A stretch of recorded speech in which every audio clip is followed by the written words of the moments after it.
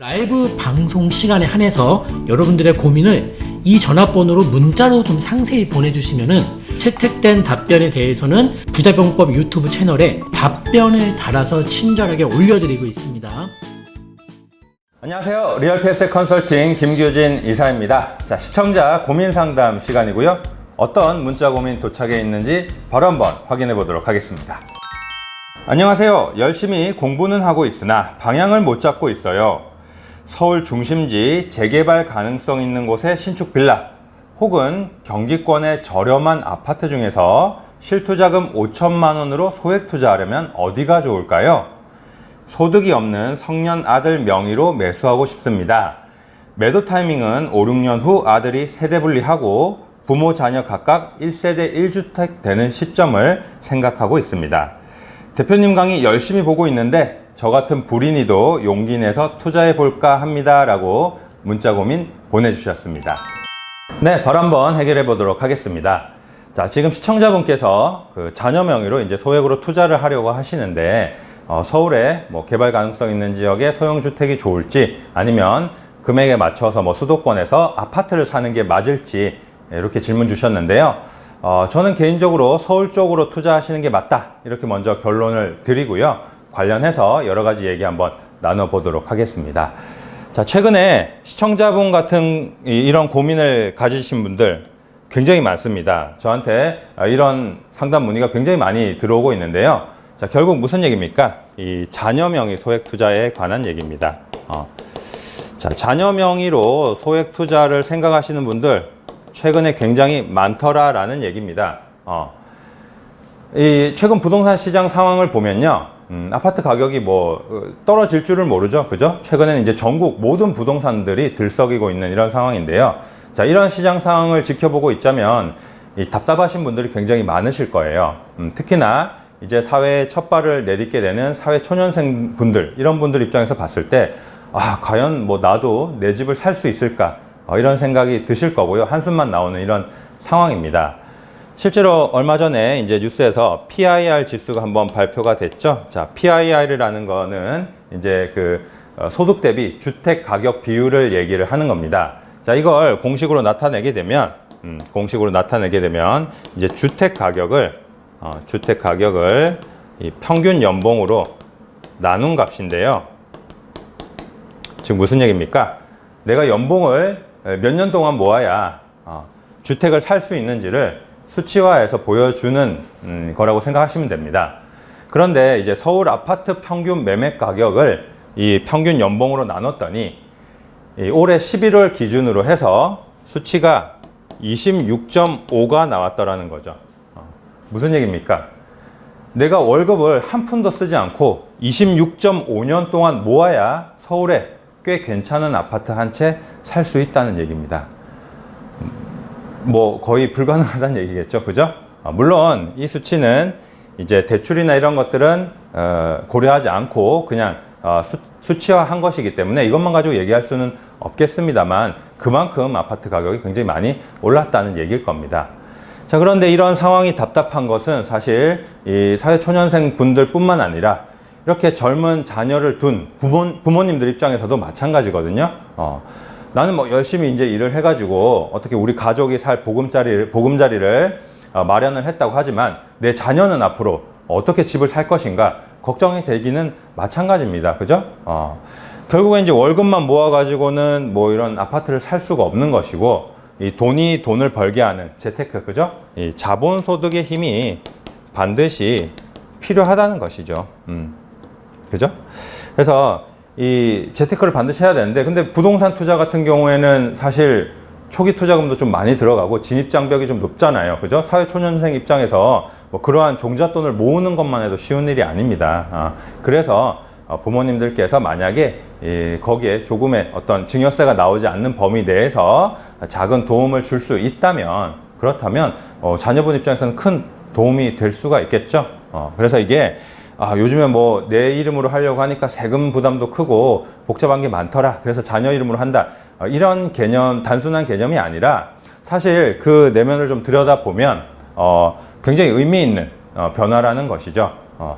자녀분 입장에서는 사실 이 종잣돈을 아직 마련하지 못한 이런 젊은 자녀분 입장에서는 그 정도의 어떤 도움도 굉장히 큰 도움이 될 수가 있는 것이고요. 그리고 특히나 이 아직까지 사회 활동을 하지 않는 자녀분들, 그렇다는 것은 결국에는 이제 이런 뭐 투자나 이런 데 아직 관심이 없을 거란 말이에요. 자, 그런 자녀분들에게 이제 투자를 통해서 이런 자본주의 사회의 어떤 작동 원리에 대해서 깨우치게 하는 이런 것만으로도, 관심을 가지게 하는 그런 것만으로도 큰 의미가 있지 않나라는 것이죠. 그래서 좀 뭐 다른 얘기를 좀 해봤는데, 어쨌든 예, 그래서 이제 자녀 명의로 이제 소액 투자를 생각을 하고 계신 거고, 시청자분은 지금 고민이 서울로 투자를 할까 아니면 수도권 아파트로 투자를 할까, 이게 지금 고민이시라는 거죠. 근데 저는 우선 이런 말씀을 드리고 싶어요. 그런 고민을 하시기에 지금 시간이 조금, 타이밍이 조금 늦지 않았나라는 생각이 드는 겁니다. 최근에 이제 아파트 가격이 많이 오르고 있다라고 얘기가 꾸준히 나오는 지역이 어디죠? 파주, 그죠? 파주와 일산, 이 지역이 최근에 뭐 가격이 많이 오른다 이런 얘기들이 나오고 있는데, 사실은 여기까지 이제 가격이 이렇게 오른다는 것은 수도권에 저렴한 곳이 없다는 얘기이기도 합니다. 그죠? 몇 년 동안 이제 부동산 시장의 흐름을 좀 살펴보면, 처음에는 이제 강남부터 아파트 가격이 쭉쭉 올라가기 시작했죠. 그죠? 근데 강남이 오르니까 강북이 오르고요. 그죠? 자, 서울이 전반적으로 이제 아파트 가격이 쭉쭉 올라가면서 수도권과 양극화 현상이 굉장히 심해집니다. 그죠? 자, 그런데 이제 뭐 집값 상승의 기세가 멈추질 않으니까 이제 수도권 중에서도 선호도가 높은 지역, 뭐 분당, 그죠? 용인, 수원, 뭐 이런 동남권 지역부터 또 가격이 오르기 시작을 하고요. 자, 거기서부터는 이제 수도권의 전방위적으로 가격 상승 흐름이 이어지게 되는 것이죠. 자, 그러니까 정부에서 지난 6.17 대책을 통해서 뭐 수도권 거의 전 지역을 이제 규제 지역으로 묶어버렸고요. 자, 그러니까 어디가 올랐습니까?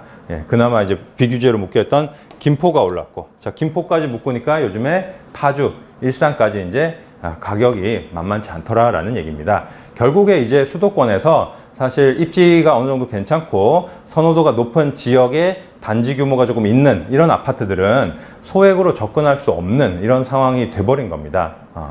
자, 근데 이게 비단 수도권 아파트만의 얘기가 또 아닙니다. 이 빌라라고 하면 보통 이제 투자금이 얼마 많이 들어가지 않는다라고 생각하실 수 있는데, 시청자분께서 말씀하신 서울 지역 내에 재개발의 어떤 가능성이 있는 지역의 신축 빌라, 만만치 않습니다. 분양가가 굉장히 비싸고, 또 그 갭, 이제 전세 끼고 투자를 하신다 하더라도 투자금이 만만치 않게 들어간다는 얘기죠. 자, 그러면 결국 뭐 우리는 뭐 아무것도 할 수가 없는 것이냐? 그렇진 않죠. 분명히 지금도 이 소액으로 접근할 수 있는 지역이 분명히 있고요. 그리고 또 그런 서울이든 수도권이든 잘 찾으면 우리가 그런 물건을 찾아서 투자를 할 수가 있습니다. 그래서 열심히 발품을 팔아서 그런 물건을 찾아봐야 되는 것이고, 만약에 찾기가 힘들다면 이제 도움을 좀 받으시는 것도 괜찮습니다. 그리고 이제 제가 아까 말씀드린 대로 이제 수도권 아파트와 서울의 어떤 소형 주택 중에서 어떤 상품에 투자를 해야 될까요? 라고 고민이시라면 저는 서울 소형주택 쪽으로 투자하시는 게 맞다, 이렇게 말씀을 드리고 싶은 것이죠. 자, 왜냐하면 우리는 지금 자녀 이름으로 투자를 할 것이기 때문이죠. 자녀는 아직 젊고 시간을 투자를 할 수가 있습니다. 그죠? 제가 상담을 진행하다 보면 이 연령대가 조금 있으신 분들 같은 경우에 이 정비 사업 쪽으로 투자하시는 것을 굉장히 좀 부담스러워 하시는 경우가 많습니다. 자, 왜 그럴까요? 시간이 많이 걸리기 때문이겠죠. 자, 근데 우리 자녀는 아직 젊고요. 시간을 투자를 할 수가 있지 않습니까? 그렇죠? 서울의 어떤 개발에 대한 기대감을 가져갈 수 있는 이런 지역의 소형주택을 사서 어떻게 보면 나중에 시간을 투자해서 큰 차익을 또 기대해 볼 수도 있는 것이겠죠. 자, 그렇기 때문에 금액대에 맞춰가지고 이제 수도권에 사실 뭐 엄청나게 선호도가 높은 이런 아파트는 투자를 할 수가 없지 않겠습니까? 그래서 금액대에 맞춰서 애매한 아파트 투자를 하시는 것보다는 차라리 서울의 어떤 요지의 자리에 혹은 뭐 중심지가 꼭 아니더라도 개발에 대한 기대감을 좀 가져갈 수 있는 그런 자리에 이제 소형주택에 투자를 하고 시간을 좀 투자하시는 게 훨씬 더 나은 선택이 아니겠느냐라는 것이죠. 그래서 자녀 명의로 투자를 하신다면 서울 쪽으로 투자하시는 걸 좀 추천을 드리고 싶고요. 또 여기서 한 가지 팁을 좀 더 드리자면 지금 시청자분께서 소득이 없는 자녀 명의로 투자하신다고 하셨어요. 그죠? 소득이 없다고 하셨잖아요. 자, 그 얘기는 무슨 얘기입니까? 자녀가 만약에 30세가 되지 않는다면 30세 미만 자녀라면 이제 부모님과 완전히 세대 분리는 되지 않습니다. 20대 자녀라면. 자, 그렇다는 것은 시청자분이 지금 부모님께서 주택을 가지고 계신 상황이라면 자녀 명의로 투자를 한다고 해도 취득세가 중과가 된다는 얘기입니다. 2주택자면 8%, 3주택자면 12% 중과가 되기 때문에 뭐 3억짜리 빌라만 사도 취득세가 8%면 얼마입니까? 2,400만 원이 넘게 나옵니다. 자, 우리 지금 5천만 원 가지고 투자하려고 하는데 취득세가 2,400 나와버리면 안 되잖아요. 그죠? 그래서 그 부분은 꼭 체크를 하셔서 분명히 이제 취득세를 또 감면을 받을 수 있는 방법이 있습니다. 이제 꼭 체크하셔가지고 전문가의 어떤 상담을 통해서 투자를 하시는 것을 좀 추천을 드립니다. 자, 그래서 오늘 뭐 여러 가지 얘기를 좀 드려봤는데요. 자, 시청자분 같은 경우에는 자녀 명의로 투자하시는 거 좀 서둘러서 진행을 해보시면 좋을 것 같고요. 자, 서울 쪽으로 투자를 좀 생각해 보셨으면 좋겠습니다. 네, 시청자분 도움 많이 되셨나요? 자, 이렇게 라이브 시간 중에 문자 보내주시면 또 최근에 어떤 부동산 시장 상황 그리고 저희 나름대로의 분석을 통해서 답변 드리고 있습니다. 도움이 필요하신 분들, 또 고민 있으신 분들 많은 참여 부탁드리고요. 저는 여기서 줄이도록 하겠습니다. 리얼PS의 김규진 이사였습니다. 감사합니다. 난치병 어린이 후원 추가로 했거든요. 보고 드리려고 하는데 오늘 사랑의 열매에 3차 후원금 1,000만 원 보냈어요. 2,000만 원 단위로 보내려고 했는데 조금 모이는 속도가 더뎌져서 연말이 다가왔으니까 이제 지금이라도 빨리 보내는 게 맞을 것 같아서 보냈습니다.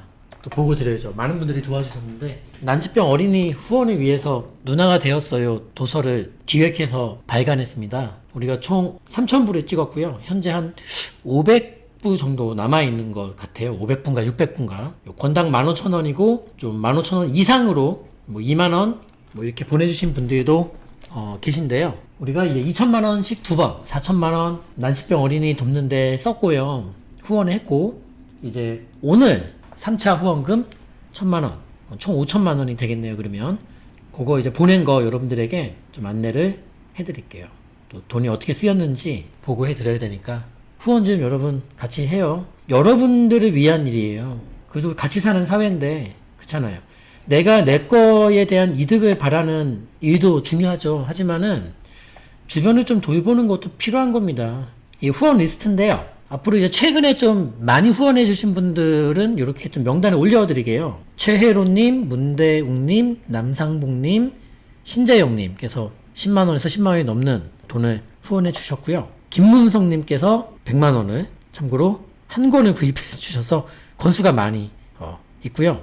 여기에 지금 최인수님, 여동희님 10만원 그리고 자막이 빠져 있는데 정경수 오나리님께서 50만원을 보내주셨습니다. 정경수 오나리님 감사합니다. 네. 잘했어요. 제가 감사할 일은 아니고 잘했습니다. 그리고 오늘 3차 후원금 오늘 11월 30일 2020년 11월 30일 3시 11분 1,000만원 도서 기부 3차로 보냈어요. 현재 잔고는 460만원이 있네요. 많은 분들께서 도와주셨기 때문에 1차 2,000만원, 2차 2,000만원, 3차 1,000만원 오늘 여러분들과 함께 한 뜻으로 보냈으니까요. 아직 구입 안 하신 분들은 우리 난치병 어린이 돕는 일이니까 좀 많이 후원해 주시면 좋겠네요.